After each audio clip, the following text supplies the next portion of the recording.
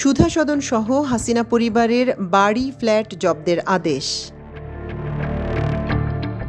শেখ হাসিনার ছেলে সজীব ওয়াজেদ জয়, মেয়ে সাইমা ওয়াজেদ পুতুল, ছোট বোন শেখ রেহানা সিদ্দিক এবং রেহানার সন্তান রাদওয়ান মুজিব সিদ্দিক ববি ও টিউলিপ রেজওয়ান সিদ্দিকের নামে থাকা জমি সহ বাড়ি ও ফ্ল্যাট জব্দের আদেশ দিয়েছে আদালত।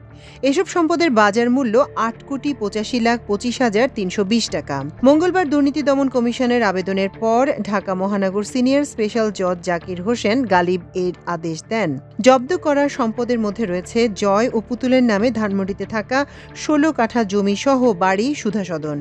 এর বাজার মূল্য ৩,৩০,০০,০০০ টাকা।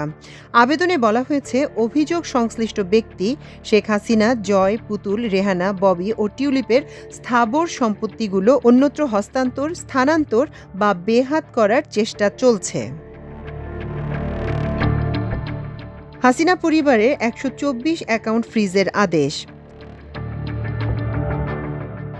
শেখ হাসিনা, তার বোন রেহানা, ছেলে জয় ও মেয়ে পুতুল এবং তাদের স্বার্থ সংশ্লিষ্ট ১২৪টি ব্যাংক হিসাব ফ্রিজ করার আদেশ দিয়েছে আদালত। মঙ্গলবার ঢাকা মেট্রোপলিটন সিনিয়র স্পেশাল জজ মোহাম্মদ জাকির হোসেন গালিব দুর্নীতি দমন কমিশনের আবেদনের প্রেক্ষিতে এ আদেশ দেন।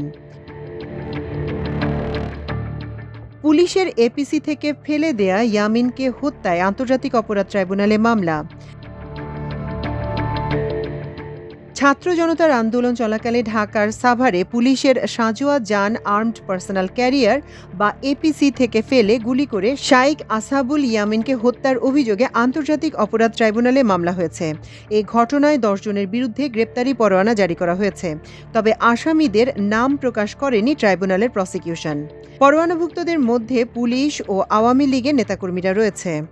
গত বছরের ১৮ জুলাই সাভারে ছাত্র জনতার আন্দোলনে ইয়ামিন শহীদ হন। ওই সময় পুলিশের সাঁজোয়া যান এপিসি থেকে তাকে টেনে নিচে ফেলে দেওয়ার ভিডিও তখনই সামাজিক যোগাযোগ মাধ্যম ফেসবুকে ছড়িয়ে পড়ে। যমুনা অভিমুখে ধর্ষণ বিরোধী পদযাত্রায় পুলিশের বাধা, হাতাহাতি। প্রধান উপদেষ্টার বাসভবন যমুনা অভিমুখে ধর্ষণ ও নিপীড়নের বিরুদ্ধে বাংলাদেশ ব্যানারে স্মারকলিপি প্রদান ও গণপদযাত্রায় শাহবাগ পেরিয়ে হোটেল ইন্টারকন্টিনেন্টালের সামনে পুলিশি বাধার মুখে পড়ে বিক্ষোভকারীরা।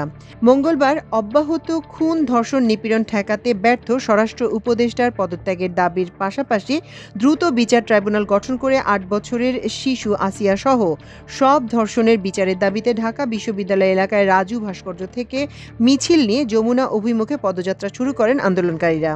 দুপুর ২:৩০টার দিকে মিছিলটি শাহবাগ পেরিয়ে হোটেল ইন্টারকন্টিনেন্টাল মোড়ে পুলিশের বাধার মুখে পড়ে। আন্দোলনকারীরা ব্যারিকেড ভেঙে সামনে এগুতে চেষ্টা করলে পুলিশ তাদের উপর চড়াও হয় এবং দুই পক্ষের মধ্যে দফায় দফায় হাতাহাতি হয়। এবার আন্তর্জাতিক প্রসঙ্গ। পাকিস্তানে ট্রেনের যাত্রী জিম্মি, উদ্ধারে গিয়ে ১১ সেনা নিহত। পাকিস্তানের দক্ষিণ পশ্চিমাঞ্চলীয় বেলুচিস্তান প্রদেশে জিম্মি হওয়া ট্রেনের যাত্রীদের উদ্ধার করতে গিয়ে ১১ সেনা নিহত হয়েছে। এছাড়া আইন শৃঙ্খলা বাহিনীর একটি ড্রোন ভূপাতিত করা হয়েছে বলে জানিয়েছে সন্ত্রাসী গোষ্ঠী বেলুচ লিবারেশন আর্মির জঙ্গিরা। মঙ্গলবার সকালের দিকে জঙ্গিরা জাফর এক্সপ্রেস নামে ওই ট্রেনে গুলি ছুড়ে সেটিকে থামিয়ে ট্রেনটির নিয়ন্ত্রণ নেয়। এরপর ট্রেনটির যাত্রীদের উদ্ধার করতে যায় সেনাবাহিনী। সেনাদের নিহত হওয়ার ব্যাপারে বেলুচ লিবারেশন আর্মি বলেছে, ১১ সেনা নিহত হয়েছে এবং একটি ড্রোন ভূপাতিত করা হয়েছে। ১৮০ জনের বেশি মানুষকে জিম্মি করা হয়েছে। আমাদের যোদ্ধারা জাফর এক্সপ্রেসের পূর্ণ নিয়ন্ত্রণে রয়েছে। এদিকে পাকিস্তান সেনাবাহিনীকে উদ্ধার অভিযান বন্ধ করার হুমকি দিয়েছে বেলুচ সন্ত্রাসীরা। তারা বলেছে, যদি ড্রোন থেকে হামলা বন্ধ না করা হয় তাহলে ১ ঘন্টার মধ্যে সব জিম্মিকে হত্যা করা হবে। সব শেষে খেলা, নারী ক্রিকেট। এখন পরীক্ষা বাছাই পর্ব উতরানোর। ওয়েস্ট ইন্ডিজের কাছে ওয়ানডে সিরিজ হেরে সরাসরি বিশ্বকাপে খেলার সুযোগ হারায় বাংলাদেশ। তবে সুযোগ একেবারে হাতছাড়া হয়নি। বিশ্বকাপে খেলতে নিগার সুলতানা জ্যোতি, নাহিদা আক্তারদের খেলতে হবে বাছাই পর্বে। আগামী ৪ এপ্রিল থেকে শুরু হতে যাওয়া এই বাছাই পর্বে চ্যাম্পিয়ন কিংবা রানার্স আপ হতে পারলে বিশ্বকাপে খেলা হবে লাল সবুজের প্রতিনিধিদের। বাছাই পর্বের আগে ক্রিকেটারদের পূর্ণ প্রস্তুতির জন্যই মূলত এগিয়ে আনা হয়েছিল নারী ঢাকা প্রিমিয়ার লিগ। আগামীকাল শেষ রাউন্ডের ম্যাচ দিয়ে পর্দা নামবে এ টুর্নামেন্টের। বাছাই পর্বের আগে এ টুর্নামেন্ট হওয়ায় ক্রিকেটারদের জন্য বেশ উপকার হয়েছে বলে মনে করেন নারী দলের নির্বাচক সাজ্জাদ আহমেদ শিপন। তিনি জানান, আগামী কয়েকদিনের মধ্যে শুরু হবে নারী দলের ক্যাম্প।